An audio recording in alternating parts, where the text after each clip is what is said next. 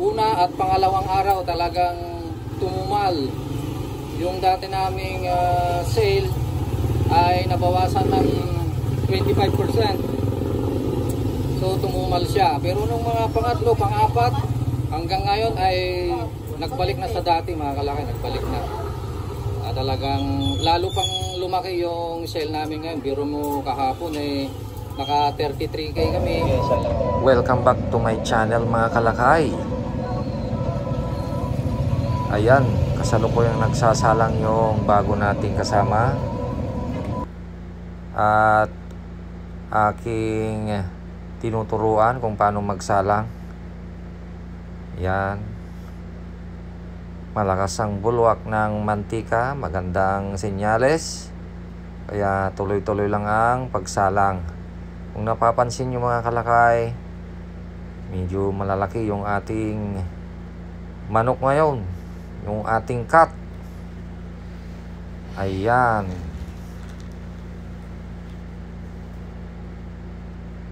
Ito po yung cat ng aming chicken ay pinalaki namin kaunti.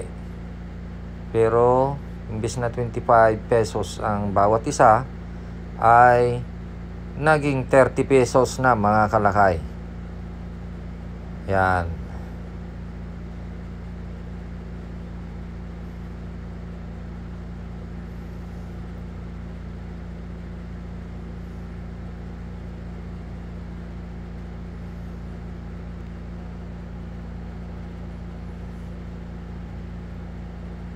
Ayun, nailagay na lahat. Ito yung naluto. Ayan, nakapagluto na kami ng maaga mga kalakay. So yan po yung 30 pesos namin ngayon. Para sa kaalaman ng marami mga kalakay ay nagtaas na po kami ng presyo. Bale, pang 10 araw na namin na nakapagtaas ng presyo mga kalakay. Yan. So, medyo pinalakin din natin ng kaunti. Para at least ay makapang-inganyo sa mga customer natin. Actually ay yung mga customer natin ay halos sila lang naman. Pabalik-balik lang sila araw-araw.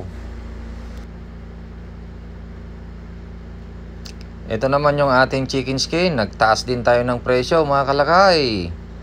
Pero pinalaki natin yung ating cup. Ayan. Ito ay mga 12 ounce yan. 10 to 12 ounce. Hindi ko lang sigurado. Pero binibenta natin yan ng 50 pesos. Yan. May suka tayo dyan. At ito naman yung ating small size. Mga ritaso, mga lieg, ulo.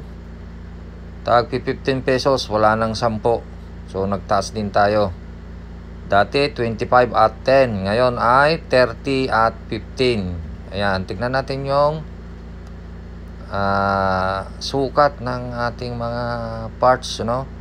Yung legs, wings. Tignan niyo parang McDo. Parang Jollibee sa McDo mga kalakay. Yan. Yan po yung price natin na 30 pesos ngayon. Okay. Ayan, ang ganda oh. Kung matikman nyo lang sana yan mga kalakay. Makakalimutan yung pangalan nyo. Ha, joke lang. Oops, may bibili pala mga kalakay. Yan, busat-busat natin. First customer. Okay, nabinta na natin. Ayan, mamaya tuloy-tuloy na yan mga kalakay. Maagang maaga.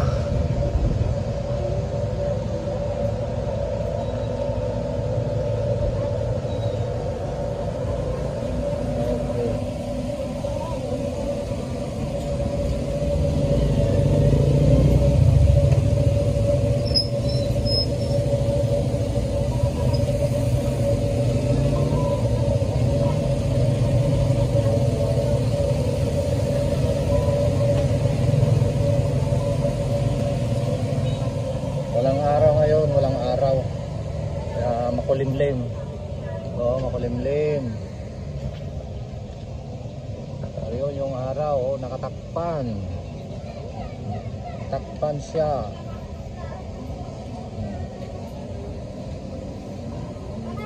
Yung ating paninda ngayon.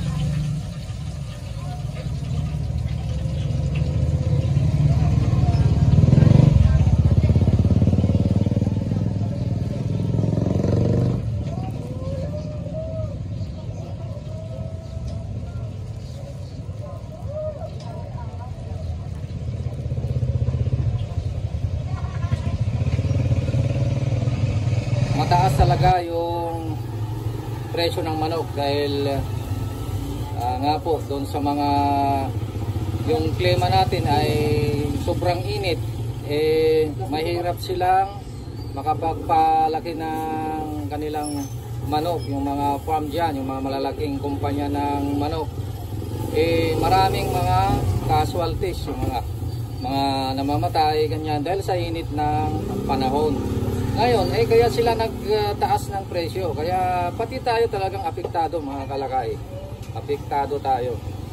Kaya yun ang ginawa ng mga malalaking fast food na yan, mga sikat na fast food na yan. Lumiit talaga yung mga manok nila. So, ganun din yung ginawa natin. Yung diskarte nila, ginaya natin. So, liniitan natin yung ating size ng manok. Sa mga nakakaraan kong vlog, yung nakikita po ninyo, ang liit-liit ng mga chop, yun ang ginawa namin. So ilang buwan din na gano'n, ilang buwan na maliit ang aming chop, hindi kami nagtaas ng presyo. Ayan, hanggang sa dumating na nga ng pagkakataon na sobrang mahal na. Biro nyo ay umabot sa 175 to 180 ang per kilo ng manok. Ang taas. Doon na sa supplier, sa supplier na yon. Kaya sobrang taas. Ang dati kasi ay nagre-range siya ng 135 to 145. Yun lang ang karaniwan na presyo ng manok. 135 to 145. Pero dahil sa sobrang mahal na, umabot na ng 175, 180, hindi na natin kaya na liitan pa. Kasi kapag liniitan pa natin yung size ng manok, ay hindi mo na makikita yung manok natin na binibinta, di ba? Sa sobrang liit. Ang sabi nga nila baka nuggets na yung magiging itsura ng fried chicken natin. Kaya no choice tayo, kaya nagtaas tayo ng presyo mga kalakay. So ibabalita ko lang sa inyo, so pang 10 days na namin ngayon na tumaas yung aming presyo. Yung dating 25 ay ginawa naming 30 pesos na, at yung dating naming 10 ginawa naming 15, naging 15 na. Pati yung chicken skin namin, ito tingnan nyo yung chicken skin, yan. So ito 50 pesos na, pero lumaki naman yung kanyang cup mga kalakay. So lahat nagtaas na. Yan. Ang hindi na lang tumataas ay yung butas kong brake. Joke. Yan. So lahat nagtaas, so magtaas din tayo. Sa karanasan ko ngayon, ibabalita ko lang sa inyo, i-share ko lang sa inyo na maganda pa rin yung outcome ng ating ginawang pagtaas ng presyo mga kalakay. Sa una at pangalawang araw talagang tumumal yung dati naming sale, ay nabawasan ng 25%. So tumumal siya, pero nung mga pangatlo, pang-apat hanggang ngayon ay nagbalik na sa dati mga kalaki, nagbalik na. Talagang lalo pang lumaki yung sale namin ngayon. Biro mo kahapon naka 33k kami sa 4 na pwesto. So maganda na yun, maganda na. Maganda na mga kalakay. Kaya yung mga kasama natin dyan na natatakot magtaas ng presyo dahil nga sa maraming kalaban, nag-isip-isip kung ano yung ating magandang gawin. Yung meron nga kaming pwesto mga kalakay, nang dahil sa nagtaas kami ng presyo, biro mo ay inilapit yung kanyang pwesto, lumikit sa amin dahil ang kanyang presyo ay 25 lang. Yan, sa susunod na mga vlog natin ay ipapakita namin. Ayan, yung pwesto namin yon.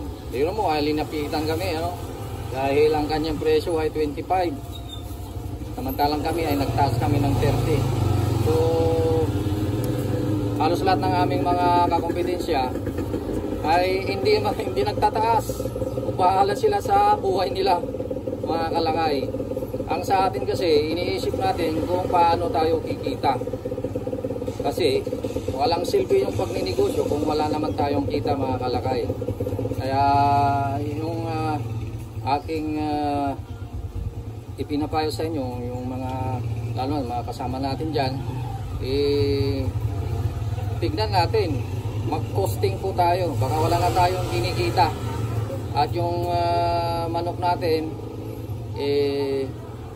baka sobrang liit naman na at lalong walang bibili mga kalakay. So yan po yung ating update sa ating negosyo. Sana nagkaroon kayo ng idea mga kalakay, nakatulong sa inyong pagninegosyo ng fried chicken. Alright!